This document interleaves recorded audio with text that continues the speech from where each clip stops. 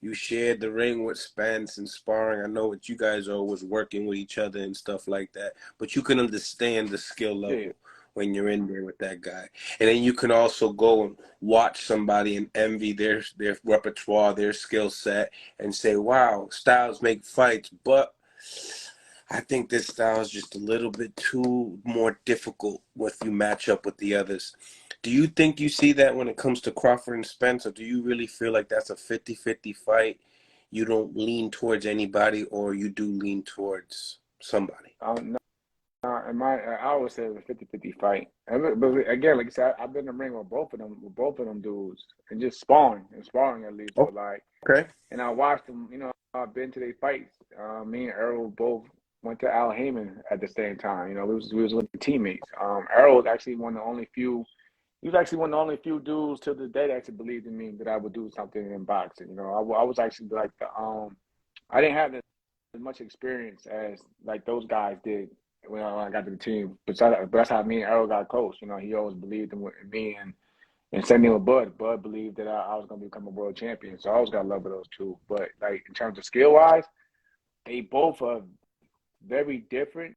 But what they do, they're very very like really good at. They're really good at like Errol. He just like that train that like once he gets that engine going, he's gonna just keep going forward and forward, and like he's trying to break you down to the point he's actually trying to break you. You know what I mean? Like he breaking eye sockets and everything. So you know what I mean? Like my man, he coming, but he got that dog in him. But you can say the same thing about Bud. Like say what you want about the names in terms of welterweight. We actually you gotta say Errol fought the better welterweights.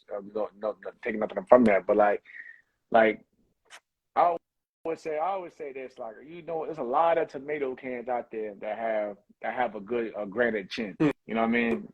So with that being said, despite what y'all may say about Bud, who he fought this and the third, he was stopping everybody too though. Like man, he like the minute Bomax sent him out there, be like, hey yo, go get him. Like for instance, the Sean Porter fight. Y'all seen the footage in the corner? Hey, you might be down. Make it He look easy. he hits that kill switch and boom, he gets him out of there. So like that's why it makes it a unique fight. Like are we going to get it to where? And don't get me wrong, Errol stopping dudes too. Don't get me wrong, but like I said, Bud's been stopping everybody since he's been a welterweight. I don't think any of his fights has went seen the last bell. So like I said, that's what makes it a good fight. But we know Errol's a dog. He's a dog. He's gonna go in there and just keep pushing and pushing no matter what. Now he's a big guy, you know what I'm saying? I don't know if I want to like, mention him as like, the Marvin Hagler of the welterweight division, but and maybe I'm going too far when I say stuff like that. But, in the same time, do you think that he can stay at that weight class, or he can entertain a fight with his buddy, old pal, that's undisputed at 154 pounds, Charlo? I'm gonna give you my real take on that one. Like I think Errol, there's no question about it. He's gonna go to 154. But before that happens, I believe that in the business side, I'm just speaking on the business side. I believe that my man Jamel, would more than anything, he'll vacate those belts and move up himself. Before they fight. It's not a duck. It's not nothing about running. It's just the business side of it. Like especially with the PBC, they keep things in house. You know what I mean? Like I think and especially and let's be honest, in today's era of boxing, it's like once a fighter gets that undisputed title, they end up moving up anyway, or planning on moving up soon anyway. Like okay, I did everything I had to do here. Why should I continue killing myself to make this weight? I accomplished everything. I grabbed every belt. Right. Let me go. That's what I see in Haney. You're right. That's what I'm saying. Yeah, that's what I'm saying. Like why? Like I'm not here to give any. I'm not here to give y'all free paydays. Because that's how you look. All you gotta do is pretty much get a mandatory when any one of those sanctioning bodies, and boom, you in a lottery sweepstakes. A lot of fighters don't like giving fighters. They feel like they don't deserve that. Because you've seen the argument even with Zoo and Tony Harrison. Like how did he get here for all the belts? That's how it really is though for these fighters. I mean, for the champion, like why should I give you a title shot when you like who are you? It's because like back in the day now. Let's say when Bernard Hopkins was undisputed middleweight champion, he was fighting. He was holding on to them belts. When he set the record, But he was fighting a lot of those guys who he fought.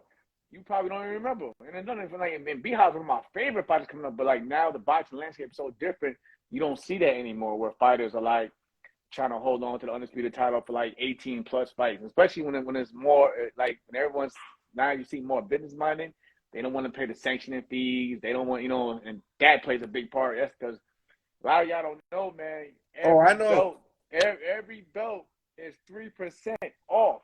3% for each sanction body. So you gotta think You about it. got to pay I the mean, guy to come out here to present it and all that. I that's know. what I'm saying. Yeah, every belt is 3% coming out. Why I think Floyd wasn't with that whole trying to collect 1,000 belts or whatever. His thing was the one belt. He was cool. WBC title. He was cool. It's worse when you don't have a big promotion.